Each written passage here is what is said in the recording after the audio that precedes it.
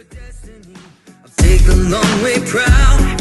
Oh, I know what I've earned, and now it's my turn. Lighting the fuse, let it burn. My time is rising, and you can't bring me down. Can't stop me now. You can't stop me now. My feet have come too far for you to tie them to the ground. Can't stop me now. Can't stop me now. Set my sights on where I'm going. I ain't turning back around. Can't stop me. Can't stop me now. No, no, no, no, no. You can't stop me now.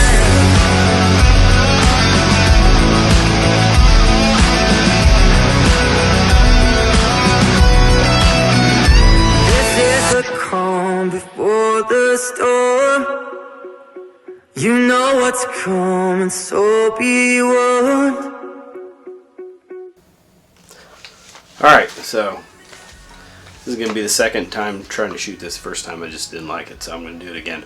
But I'm going to do kind of a review, I guess you could say, on my 1022 survival rifle.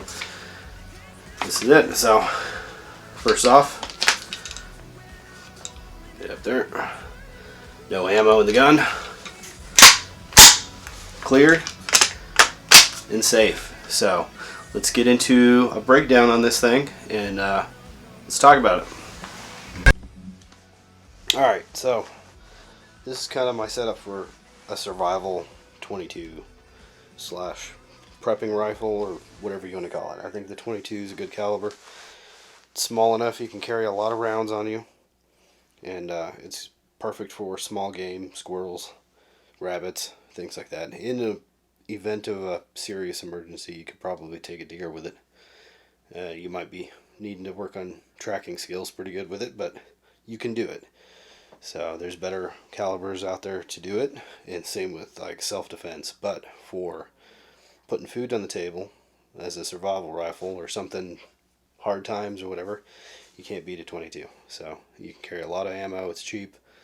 Stock up on it now while you can. So this is the 1022 takedown. So I bought it with the standard stock on it, and I put a Magpul stock on it. So that was kind of the first thing I did to it because I really like their backpacker stock. So first thing I did, well, not first thing, but one of the things I did is I made this pouch myself.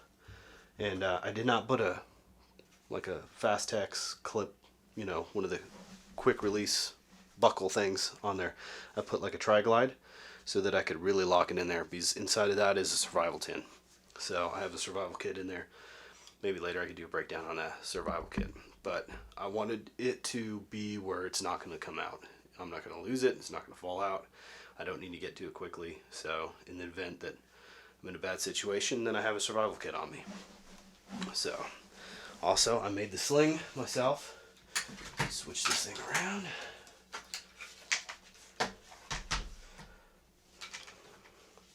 So, on the sling, I put a loop right here so that I can tie 550 cord down my sling.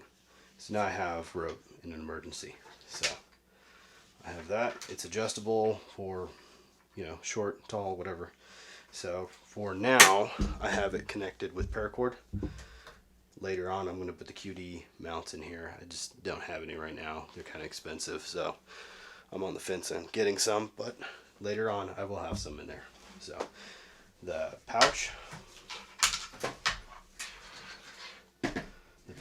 let's pull that out.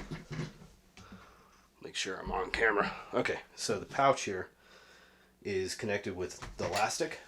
Ran it around, and I set it up so that I can still open this right here. So I can still open it. The elastic actually holds my mag in place. It won't fall out if this thing opens on me. So I have a magazine in there. So I have a emergency backup magazine, because primarily I'm going to use the 25 rounders. I have 50 rounds of ammo, the CCI Stingers, the good stuff. Underneath of it, down here in this, there's like a little corner. I have an Allen wrench for my scope mounts, and little things. So I have the Allen wrench in there. I have a cleaning cloth for my scope and all that stuff that I need right inside of there. It is tight to close, but it closes quite well. So inside of the buttstock, so these buttstocks have an O-ring, so they're pretty waterproof, which is nice. But what I wanted is I wanted to be able to clean and maintenance on the gun in the field. So inside of there, I have one of the I think it's from Otis, the bore snakes for 22, and I have the bigger Allen wrench to take down the whole stock and take the whole stock off the gun. So I keep that inside of there, nice and waterproof. Good way to keep your stuff to clean the gun and maintenance on it. So everything's compact inside of the gun. I don't have to look for anything extra.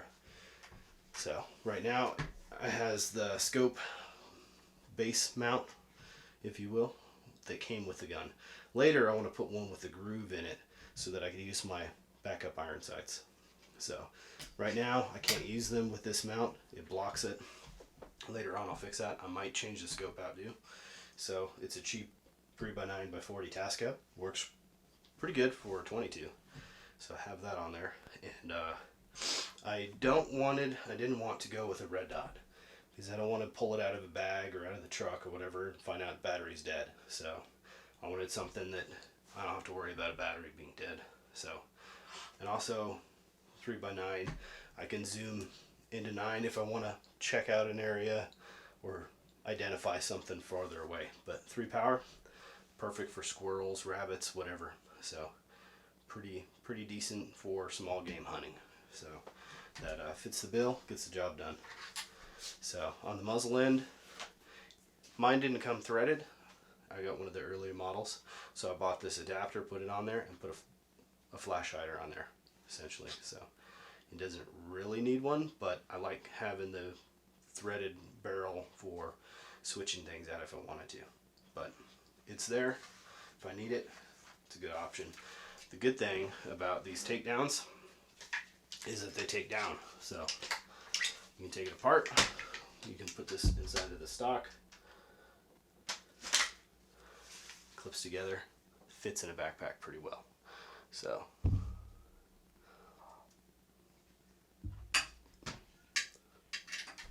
pretty good form factor.